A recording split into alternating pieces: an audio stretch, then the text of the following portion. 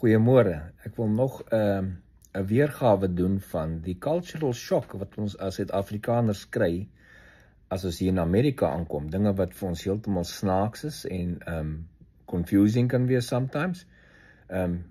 So dinge wat nie dieselfde is as wat ons gewoond is in Suid-Afrika nie. So die eerste een wat ek wil praat van is weer teruggaan na die bestuur toe. Obviously almal moet kan ry waar hulle wil kom. As jy in Amerika kom, moet jy kan rondry en rondbeweeg. En ek het voorheen gesê ek sal eendag 'n volledige program net oor padrails maak. Ek sal daarby kom. Ek wil net 1 of 2 dinge add by vandag se geselskap. En die eerste ding wat ons moet onthou is jy moet onthou dat jy altyd aan die regterkant van die geel lyn bly. So ons ry mos aan die regterkant van die pad. Die geel lyn is in die middel, nie by die kant nie. Die bane se lyne word met wit lyne gesplit.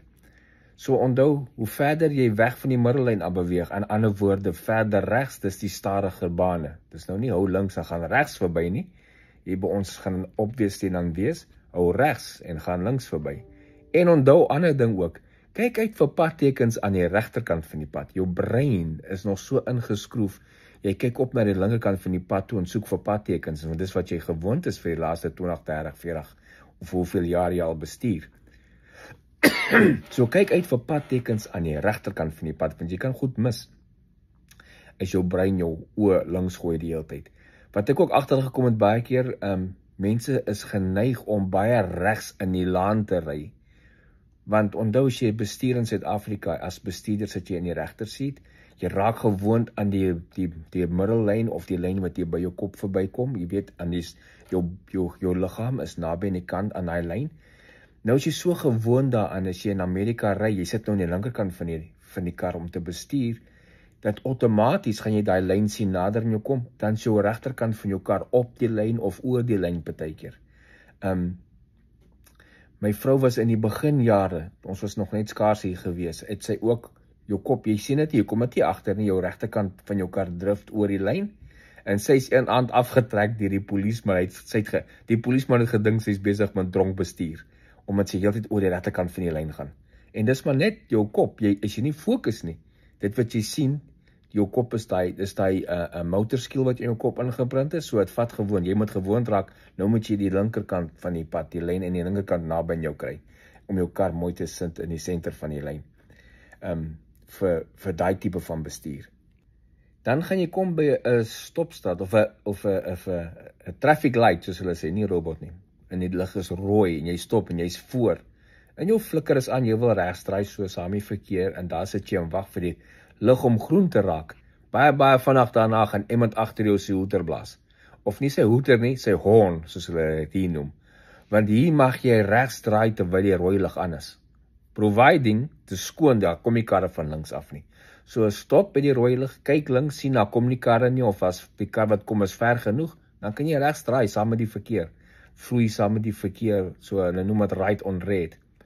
Maak ook seker jy kyk bo op hy paal, langs die traffic light, dat daar nie 'n teken is, 'n sign wat sê no right on red of so iets nie. Want as daar 'n sign is en jy make die right on red, gaan die polisieman jou aftrek as hy jou sien dit doen. Maar gaan jou waarborg, jy gaan die eerste keer by 'n traffic light stop en is rooi en jy wil regsdraai en jy's voor en iemand agter jou gaan honk, want jy wil nie ry onmiddellik nie. So dit gaan kom. Maar moenie dat iemand jou, as jy in die begin is en jy voel bang, jy's nog steeds die reg om te wag dat die lig groen is voor jy hoef te ry. Hy kan maar honk hier agter jou, hy moet maar net so 'n bietjie geduldig wees. Hy of sy, baie keer sy, wat ongeduldig is.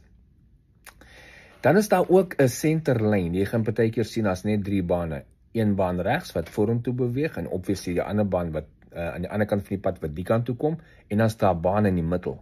Ons noem dit 'n centerlyn. Jy kan nie daarin ry nie. Jy sal ook sien aan die linkerkant van jou is daar soliede geel lyne en stippel geel lyne. En in die middel van daai baan is oralste sulke arrows gepaint wat links wys. As jy vorentoe ry, gaan dit links vir jou wys en die mense wat van die ander kant afkom, dit gaan links vir hulle wys.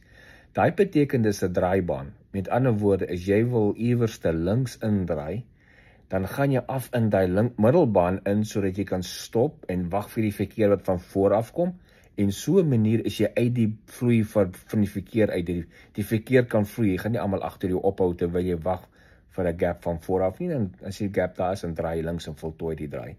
En dieselfde as jy inkom, van 'n T-aansluiting, van 'n enkelbaan, en jy's een van hierdie 3 bane waar jy gaan draai. As jy kyk links, dan kom die karre nie, maar as baie karre van regs af, dan mag jy inkom, draai in hy senterbaan en daar wag tot daar 'n gap is vir jou en dan merge jy regs. Ek het eendag 'n spesifieke video net van dit gemaak ook. Dan praat ons van kinders, jou kinders se maatjies, veral as hulle teenagers word. As jy klein kinders het, as hulle kom kuier, hulle speel, jy weet, soos gewoonweg, soos ons in Suid-Afrika gewoond is. Hier by die teenager ouderdom is dit so 'n bietjie anders as wat ons gewoond is. Jou kinders se maatjies gaan aankom by jou huis. Moenie verbaas wees as hulle kom en hulle stap net in jou huis en sonder om te klop nie, want dis vir hulle gewoond. Jy het hom aan genooi, so hy kom en hy sal in jou huis instap sonder om te klop, hy of sy. En hulle gaan nie vir jou sê hi of so, hulle gaan jou nie sê good evening sir of so, hulle gaan jou net gewoonweg groet, sommer op jou naam partykeer. En dis vir hulle normaal. Vir ons is dit in die begin, dan voel jy, die ou nie respek nie, maar dis nie, hulle bedoel niks, hulle is nie disrespectful nie. Moenie verbaas wees as hulle in jou kombuis so stap en kyk wat is in die yskas nie. Hulle is honger altyd, so, hulle doen dit by hulle huise, hulle doen dit by almal se huise. So, dis 'n ding wat jy moet gewoond raak daaraan om te sien, hier kom maatjies by jou huis kuier en hulle maak asof dit hulle huis is. En dis die goeie ding van die mense hierso. Mense laat toe dat dis die community onder mekaar. Dan kom ons praat bietjie oor winkels, tegnologie in winkels en winkelure. Hier's baie winkels hier wat 24 uur oop is. Groot winkels soos Walmart, Publix en Kroger, die tipe van winkels is baie plekke 24 uur oop. So jy kan enige tyd van die nag daar ingaan en gaan iets koop. Hulle is gewoonlik Kersoggend toe, tot en met lunchtime Kersfees, dan is hulle weer oop vir die res van die tyd. Dis omtrent die enigste tyd in die jaar wat hulle toe is. En dan tegnologie binne in die winkels, jy sal verbaas wees om te sien, amper elke winkel waar jy gaan, het 'n self-checkout. So jy vat jou goeders, jy scan dit self op die masjien, jy betaal en jy loop by die voordeur uit. Dan is daar plekke soos waar ek by BJ's gaan byvoorbeeld, jy scan met jou foon die label, as jy daai ding vat en sit hom in jou trolley, dan scan jy die label en sit hom in jou checkout list. So, soos jy loop, scan jy jou goeders, en as jy op die laaste punt kom en jy het nou alles wat jy wil hê, dan betaal jy net daar op jou foon, met jou kredietkaart wat jy klaar in die ding ingesit het, en sodra jy betaal, dan kry jy 'n QR code, jy loop dit reguit by die voordeur uit, en as jy by die voordeur kom, gaan 'n antenne daar staan en wag vir jou, en scan jou QR code, en scan so 2 of 3 van jou items, en sê, daar gaan jy. So jy gaan nie eers by 'n til glad nie uitkom nie. Daar is tille beskikbaar vir die wat graag deur 'n til wil gaan, en mense moet dit vir jou scan, maar jy doen dit sommer self, en daar gaan jy. So, dis ook iets wat jy moet in gewoond raak in die begin, en sien hoe werk het, en dan sien hoe gemaklik dit is om te kan koop. Dis nou die tegnologie by die winkels. Dan kry jy groot winkels soos Walmart, en sulke goed wat sommer alles onder een dak het. Ek het byvoorbeeld eendag my dogter se kar gevat, want sy het nuwe tyres nodig gehad. Stop by die Walmart, gaan na in, hulle kyk die tyres, het vat so 'n uur om die tyres op te sit, hang af hoeveel mense is voor jou daar, en terwyl hulle tyres opsit, dan loop jy maar in die winkel en doen jou shopping, en dan gaan koop jy nou karparte, of groceries, of meubels, of whatever jy wil koop. Die Walmart is mos alles onder een dak, klere, tegnologie, weet, TV's en Playboys en Playstations, hoe sê ek nou Playboy, Playstations en al die, jy kan gaan na Playboy by die tydskrif gaan koop as jy wil, daar's tydskrifte, daar's allerhande goed, alhoewel ek het regtig baie min lanklaas, nie opgelet nie, tydskrifte gesien, hulle is voor by die til, sien jy tydskrifte, speelgoed, snacks, kos, jy weet, sweets en alles, die hele Walmart is alles onder een dak, en dit doen jy terwyl jy wag dat jou kar vir jou service, jy kan die kar daar laat service ook, olie change, dan is alles, hier's baie drive-thrus in Amerika, op alles, jy kan by 'n oil, by Valvoline, gaan jy in die ry, dan trek hulle jou in, bo op die, waar jy jou kar afgee om ge-oil change doen, jy trek in,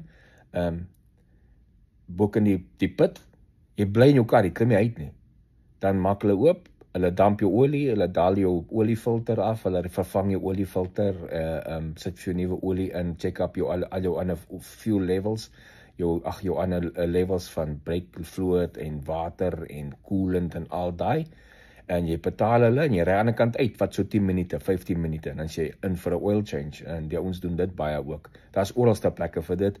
Dis een drive-thru. Ander drive-thrus deur die banke, deur die apteek, deur die coffee shop, deur die restaurant, by die drankwinkel, by, wat het ek nog gesien?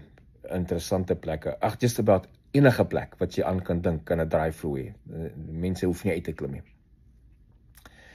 Dan 'n ander ding wat ek wil praat, wat 'n culture shock vir my was, nou nie 'n culture shock nie, maar ding wat ek gesoek het, wat ek nie kry nie, is vleis. Slaghuise, jy kry nie baie slaghuise hier nie. Elke groot winkel het sy eie slaghuis agterin, so jy gaan net in koop pakkies vleis. Maar jy kan daar gaan en vir die slag te vra as jy iets spesifiek soek.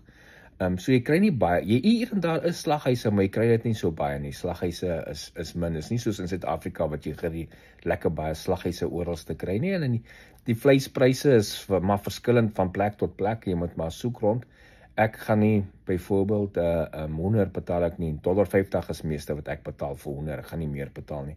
'n pond nou, obviously, vark, $2.50 'n pond, $2 staat te veel vir my, maar ek sal tot daar gaan in beesvleis, so $6 'n pond, partykeer $7 'n pond, dis die meeste, my kan betaal tot by $30 'n pond, maak nie saak waar jy gaan en waar jy kry nie. En dan die communities hierso, die mense is baie community vast, die communities help mekaar, maar die mense is ook nie baie oop nie, veral met buitelanders, so onthou daai ding veral. Buitelanders, hulle vat lank om gewoon te raak aan 'n buitelander, en dan, maar sodra as jy jou begin ken, dan sal hulle begin oopmaak. Ons het gesien hier by ons, selfs in ons kerk en so aan. Die mense hou, hulle kuier by mekaar en so, maar hulle nooi jou nie uit, hulle gaan jou nie uitnooi nie.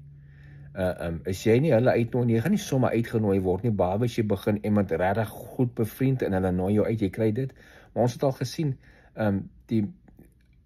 so asof hulle skaam is vir ons, of nie, dis 'n verkeerde woord, nie skaam is vir ons nie. Ek kry die gevoel, hulle is bang om te communicate met ons, hulle is bang hulle sê iets verkeerd, of hulle verstaan nie lekker nie. So, onthou nie daai ding, as jy hier kom, jy gaan in die begin het sukkel dalk om vriende te maak, maar die mense is oop om vriende te word.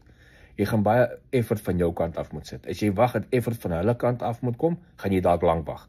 So sit effort van jou kant af en maak vriende, en die mense sal jou begin nooi, en jy sal begin gewoond raak in die groepering daarvan.